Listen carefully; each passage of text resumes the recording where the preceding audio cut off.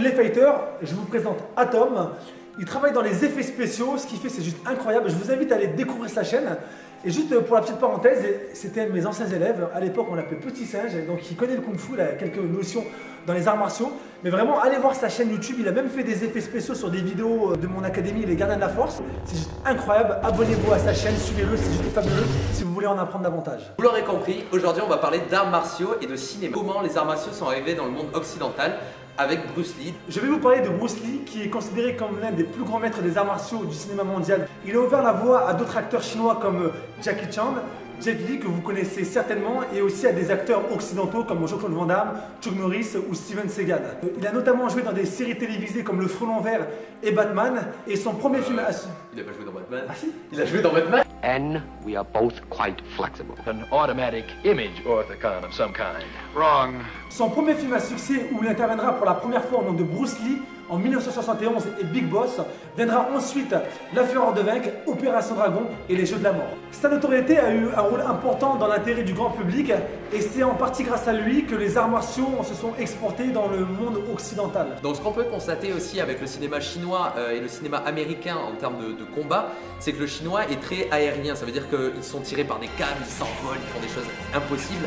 Et le cinéma américain, si vous regardez par exemple Rocky Balboa, on le voit s'entraîner, c'est très esprit américain. On le voit grimper avec des musiques qu'on connaît tous, Eye of the Tiger, tout ça. Avant la musculation, voilà, le côté bourrin, on va dire. Donc voilà, c'est quelque chose de fort, Amérique, voilà. Le cinéma chinois est beaucoup plus philosophique au final. Sur les arts martiaux, ça reste vraiment c'est vrai que dans les arts martiaux chinois, il y a beaucoup de sauts, de chorégraphie. Voilà. Après, je pense que aussi dans la manière dont ça a été raconté, parce que très souvent les films de Kung Fu sont repris aussi d'histoires qui ont eu lieu aussi dans l'histoire de la Chine.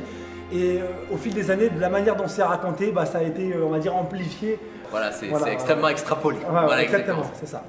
Maintenant qu'on a expliqué comment le cinéma a amené les arts martiaux dans le monde occidental, je vais vous expliquer un petit peu quelques techniques pour faire des scènes d'action plutôt réussies. C'est parti! Donc première astuce, c'est que lorsque vous tournez, essayez de tourner un maximum à l'épaule ou à la main pour avoir un certain tremblement et une certaine dynamique dans votre scène de combat. Si vous prenez des plans fixes, ça va pas du tout marcher, à part si vous êtes quelqu'un d'expérimenté et que vous avez des cascadeurs qui se tapent vraiment dessus. Mais sinon, il faut tricher et créer du mouvement, une dynamique dans le mouvement de caméra. Maintenant, avec Steel Fight, on va vous montrer deux cas de figure, donc avec et sans mouvement dynamique, pour vous montrer à peu près la différence qu'il y a entre les deux.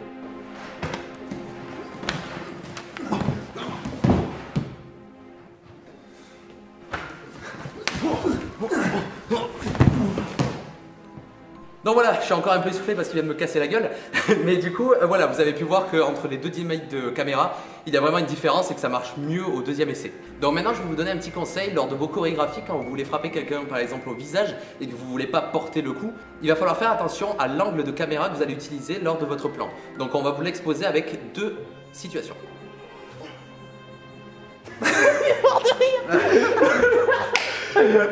Ça peut durer 1 heure comme ça. Attends. Ouais, c'est sûr, c'est sûr.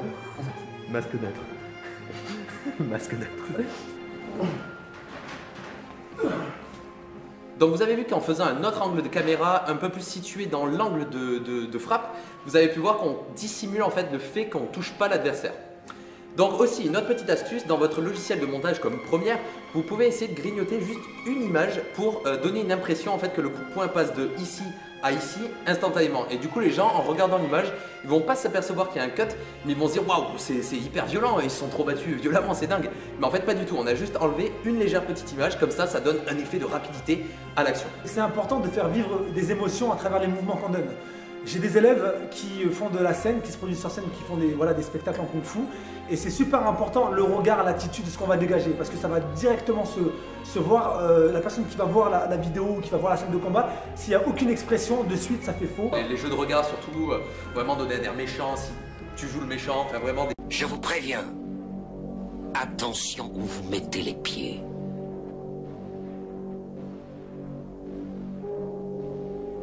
Je mets les pieds où je veux, Little John.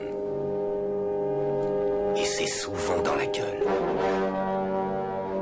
Il fait des effets spéciaux incroyables, il a une chaîne YouTube, je vous invite vraiment à aller la découvrir. C'est vraiment fabuleux, c'est incroyable aujourd'hui ce qu'on peut faire avec les logiciels qui sont mis à notre disposition.